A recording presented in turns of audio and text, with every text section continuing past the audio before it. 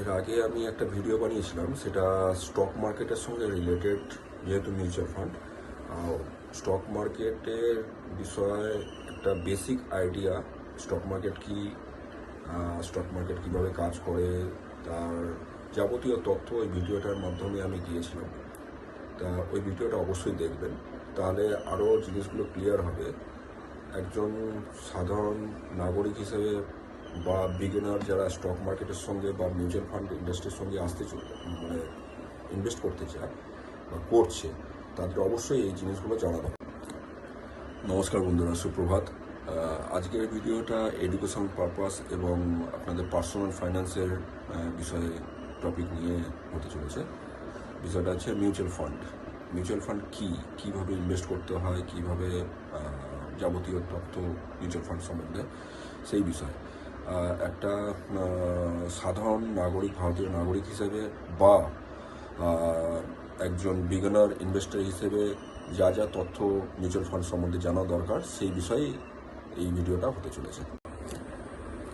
বন্ধুরা, আপনাদের প্রত্যেক মাসে ইনকাম আছে, সেটা হতে পারে আপনাদের ইনকাম, সোর্স অফ ইনকাম, ব্যবসা হতে পারে, স্যালারি হতে পারে, যথারীতি আপনাদের অ্যাকাউন্টে আসছে, সেই অ্যাকাউন্টের একটা পোর্শন আপনারা খরচের জন্য রেখে বাদ বাকিটা আপনারা সেভিংস রাখেন।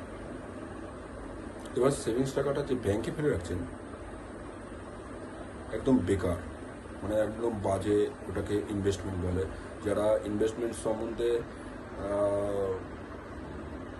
জানে না, তারা ওই ব্যাংকে টাকাটাকেই ইনভেস্টমেন্ট ভাবে।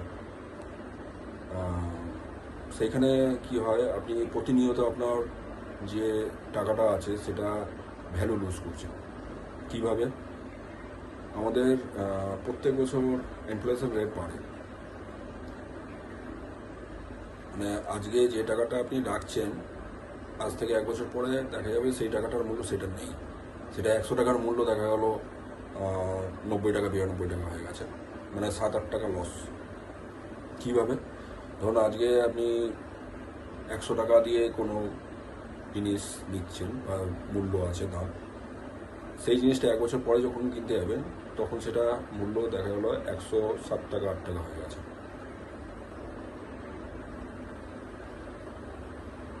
আপনাদের অবশ্যই মানে ইনভেস্টমেন্টটা ইনফ্লেশন রেট যেটা থাকে তার থেকে অবশ্যই বেশি হতে হবে।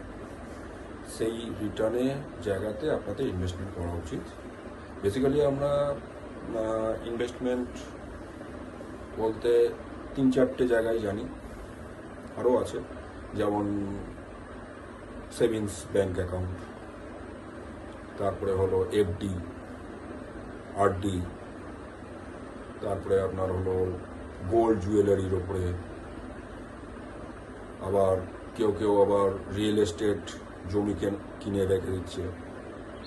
আর যাদের একটুখানি রিস্ক নেওয়ার ক্ষমতা বেশি আছে, তারা মিউচুয়াল ফান্ড, স্টক মার্কেট এর ওপরে ইনভেস্ট করছে। তো সেই জায়গাতে আপনার দেখতে হবে যে ইনভেস্টমেন্টটা যে জায়গাতে করছেন, সেই জায়গাটা 3টে জিনিসের ওপর ডিপেন্ড করে। একটা হচ্ছে রিটার্ন, দ্বিতীয় হচ্ছে কতটা রিস্ক, চতুর্থ হচ্ছে টাইম। এই 3টে প্যারামিটারের ওপরে ভারতবর্ষে বলুন, পুরো পৃথিবীতে যত জায়গায় ইনভেস্টমেন্ট আছে, যত ধরনের আছে, এই 3টে জিনিসের ওপরে ডিপেন্ড করে চলে, বা পরস্পর সঙ্গে এই প্যারামিটারগুলো ডিপেন্ড করে। ধরুন আপনি রিটার্নটা কীরকমভাবে, আপনার ধরুন যে জায়গাতে আপনার ব্যাংকে আপনি টাকা রাখছেন, সেখানে দেখা গেলো আপনার 5 টাকা সুদ দিচ্ছে।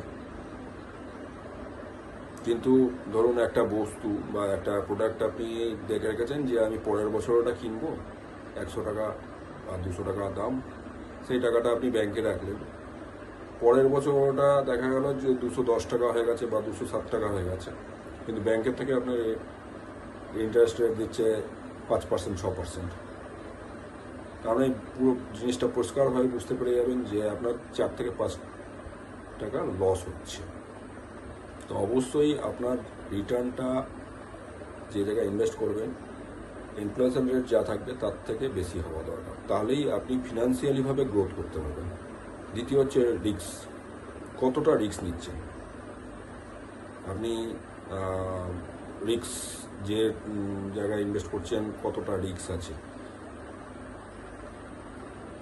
সে টাকাটা লুজও হয়ে যেতে পারে।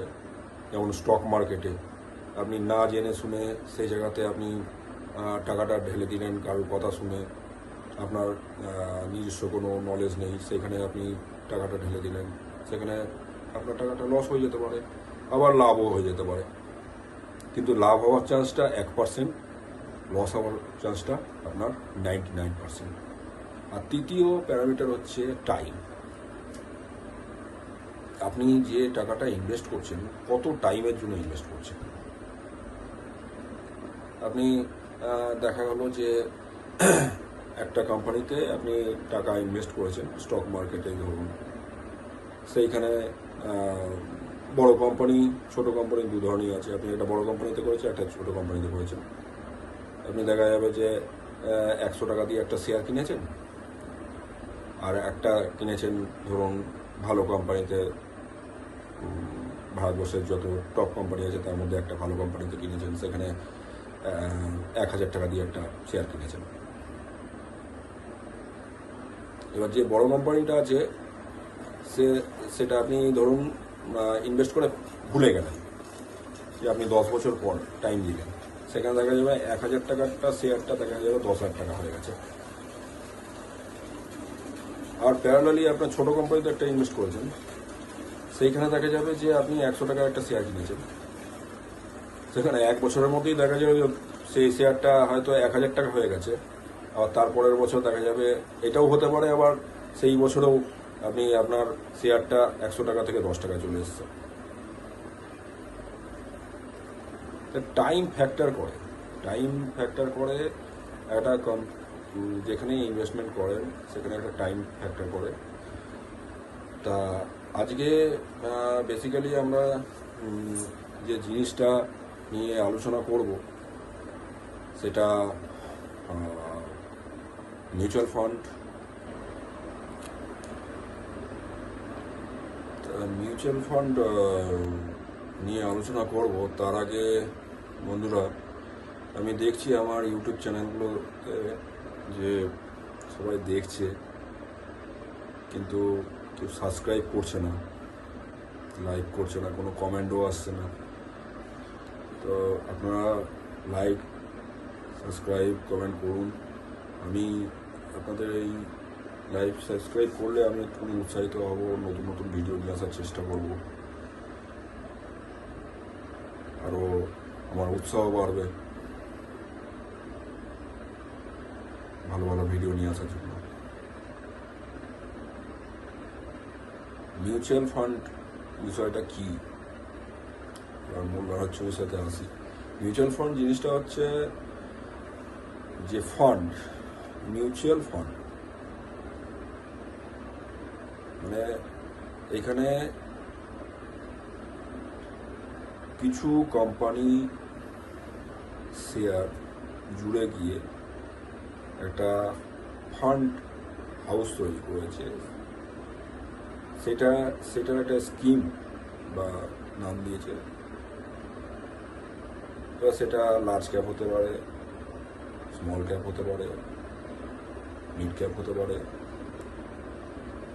ডেট ফান্ড হতে পারে। তো মিউচুয়াল ফান্ড জিনিসটা এইটাই, মানে সমষ্টিগত কিছু কোম্পানি মিলিয়ে এটা তৈরি হয়েছে। এবার এখানে দুটো ক্যাটাগরি আছে, একটা হচ্ছে ইকুইটি ক্যাটাগরি আর দ্বিতীয় হচ্ছে ডেট ক্যাটাগরি। আমরা যদি ইকুইটি ক্যাটাগরিতে দেখি তো সেখানে লার্জ ক্যাপ আছে, মিড ক্যাপ আছে, স্মল ক্যাপ আছে।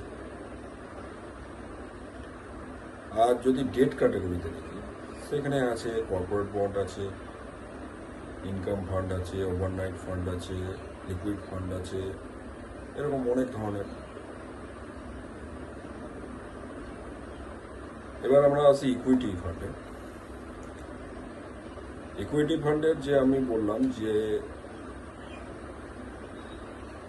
এই তিনটে ক্যাটাগরি আছে ইকুইটি ফান্ডে, স্মল ক্যাপ, মিড ক্যাপ আর লার্জ ক্যাপ।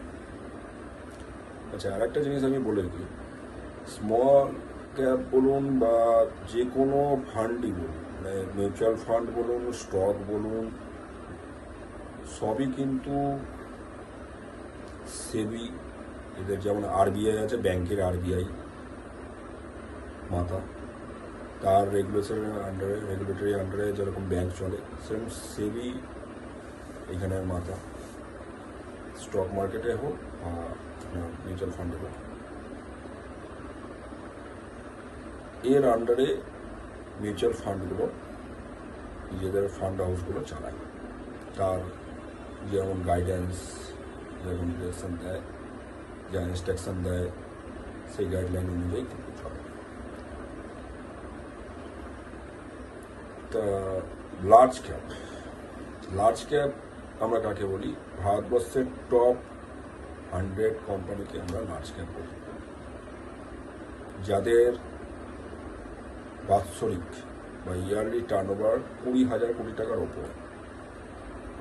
উদাহরণস্বরূপ আমরা বলতে পারি আইটিসি, টিসিএস, আরও আছে।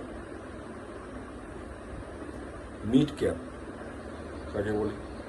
যাদের ইয়ারলি টার্নওভার 5,000 কোটি টাকা থেকে 20,000 কোটি টাকার মধ্যে, তাদেরকে আমরা মিড ক্যাপ বলি।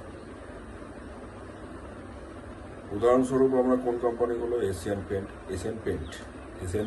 একটা ঘটনা বলি, এ লার্জ ক্যাপ ক্যাটাগরিতেই ছিল, এখন মিড ক্যাপ ক্যাটাগরিতে চলে এসছে। পিএনজি আছে, এরকম আরও কোম্পানি আছে। স্মল ক্যাপ, যাদের বাৎসরিক টার্নওভার 5,000 কোটি টাকার নিচে, তাদেরকে আমরা স্মল ক্যাপ বলি। উদাহরণস্বরূপ বলি আমল আছে, তারপরে ভারত ডাইন আছে, তারপরে এরকম আরও আছে এই ক্যাটাগরির মধ্যে। বন্ধন ব্যাংকও আছে সম্ভবত। এছাড়াও আমরা একটা ক্যাটাগরি পাই হচ্ছে মাইক্রো ক্যাপ একদম ছোট কোম্পানি, সেখানে 4 কোটি টাকা, 5 কোটি টাকাও হতে পারে, 2 কোটি টাকাও হতে পারে, 100 কোটিও হতে পারে, 200 কোটিও হতে পারে, এর মধ্যেই ধরে পড়ে, একদম ছোট কোম্পানি। তা আর রইল আপনার ইকুইটি পোর্শনের, এটা মানে ইকুইটির পোর্শনের মধ্যে আপনার এই ক্যাটাগরিগুলো। আর ডেট ক্যাটাগরির মধ্যে পড়ে যাচ্ছে কর্পোরেট বন্ড, পড়ে যাচ্ছে, তারপরে আপনার ওভারনাইট ফান্ড আছে, লিকুইড ফান্ড আছে। এইগুলো এই ক্যাটাগরিতে বেসিক্যালি মানে আমাদের ব্যাংকে যেরকম এফডিতে ইন্টারেস্ট দেয়, তার থেকে সামান্য কিছু বেশি ইন্টারেস্ট দেয়। তা এই বিষয়গুলো নিয়ে আরও যদি আমি আলোচনা করতে চাই, ভিডিওটা অনেক লং হয়ে যাবে। তা আমরা এটাকে একটা কাজ করি, আমরা পার্টে ভিডিও করি। আজকে ভিডিওটা এখানেই শেষ করলাম, নেক্সট দিন আবার দেখা হচ্ছে।